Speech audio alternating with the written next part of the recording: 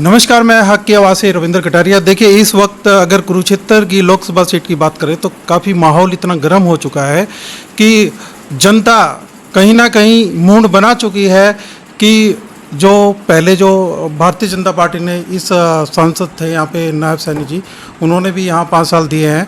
अब मूड कुछ और जनता कह रही है। मेरे साथ उपाध्यक्ष जुड़ गए हैं बलबीर सैनी जी कुरुक्षेत्र से। क्या कहना चाहेंगे सर, क्या माहौल है? देखिए, माहौल बहुत अच्छा है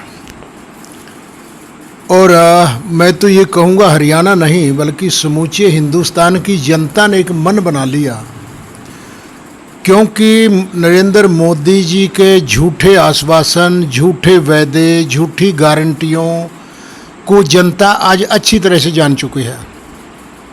और मोदी जी का जो तानाशाही रवैया है, जो आज प्रजातांत्रिक तरीके से का या लोकतंत्र का जो गला घोटा जा रहा है, संविधान की धज्जियां उड़ाई जा रही हैं, उनसे आज जनता परेशान है। मैं तो सच्चाई में ये कहूँगा, क्योंकि मैं तो दिन रात गांव में घूमता हूँ, कि आज लोगों में, गांवों में एक ऐसा माहौल है कि जिस स्पीड से 2014 में नरेंद्र मोदी जी आए थे, उसी तरह उसी स्पीड से आज बैक गियर लगा हुआ है।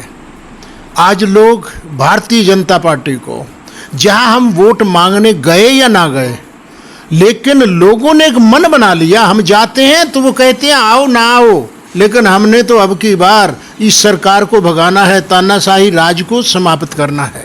और सच्चाई भी ये है, क्योंकि आज हालात देश के ऐसे हैं जो 1947 से पहले अंग्रेजों के समय में भी ऐसे हालात नहीं थे, लेकिन ऐसे हालात आज नरेंद्र मोदी जी ने बना दिया। आज सच्चाई का गला घोटा जा रहा है, बेकसूर लोगों को जेल में ठोका जा रहा है। और जनता हमें एक बात कहती है कि सैनी साहब, अब की बार यदि नरेंद्र मोदी जी आ गए तो आगे चुनाव नहीं होंगे। रसिया जैसा, कोरिया जैसा, दूसरे इन तानाशाह देशों जैसा हालात इस देश में हो जाएंगे। तो आज लोग बदलाव चाह रहे हैं, और जब परिणाम आएगा तो परिणाम एकदम से विपरीत आएगा। और मैं तो, मेरा जो तजुर्बा है 40 साल का, तो चुनाव लड़ने का मेरा तजुर्बा है कि जब ये हवा चलती है ना, पार्लियामेंट का चुनाव एक हवा का चुनाव होता है, लेकिन जब आंधी चलती है बड़े बड़े वृक्षों को बिठा देती है। और ये हवा किसी एक प्रदेश में नहीं चलती, ये समूचे देश में चलती है। समूचे देश में यही हालत है और यही परिणाम आएगा। आज भारतीय जनता पार्टी का सफाया होने जा रहा है। जी, देखिए, जैसे लोकसभा कुरुक्षेत्र के अंदर कैंडिडेट की बात करें, नवीन जिंदल यहाँ बनाए गए हैं। उससे पहले सुप्रीमो जो राजकुमार सैनी थे, जो लोकतंत्र सुरक्षा मंच से थे, अब इंडिया गठबंधन में वो आ चुके हैं और उन्होंने लाखों वोटों से नवीन जिंदल को हराया था। क्या मूड है आपके सैनी समाज का, क्या मूड है इस कुरुक्षेत्र की जनता का? देखिए, उस समय हम सब भारतीय जनता पार्टी में थे और मैं उस समय भी स्टेट का सीनियर वाइस प्रेसिडेंट था भारतीय जनता पार्टी में, प्रदेश का। नरेंद्र मोदी जी यहाँ आए थे, हम 5 आदमी थे स्टेज पर, मंच पर नरेंद्र मोदी की। नरेंद्र मोदी जी ने मेरा हाथ पकड़ करके भी ऊपर उठाया था, मैं स्टेज पर था। लेकिन उस समय हालात कुछ और थे, लेकिन अब हालात कुछ और हैं। और 2014 की मैं बात बताऊं, 2014 में पार्लियामेंट का जब चुनाव हुआ था, नरेंद्र मोदी जी की जब लहर बन कर के जब उसने सारे के सारे समूचे विपक्ष का ही सफाया कर दिया था, तो उस समय में 14 के पार्लियामेंट के चुनाव में मैं इनेलो के टिकट पर यहाँ से चुनाव लड़ा था पार्लियामेंट का। राजकुमार सैनी जी ने भारतीय जनता पार्टी के टिकट पर लड़ा था चुनाव, और नवीन जिंदल जी ने कांग्रेस पार्टी के टिकट पर चुनाव लड़ा था।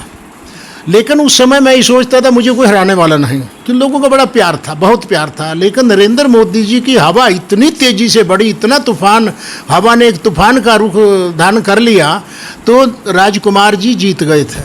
और दूसरे नंबर पर मैं इनेलो का जो मैं प्रत्याशी था, दूसरे नंबर पर पार्लियामेंट कॉन्स्टिट्यूएंसी में मैं रहा था।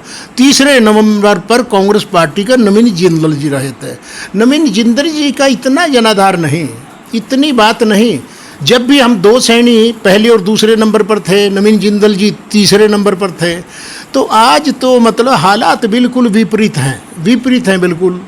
आज तो लोगों ने एक मन बना लिया है बदलाव का, और ये बदलाव होगा, 100% होगा।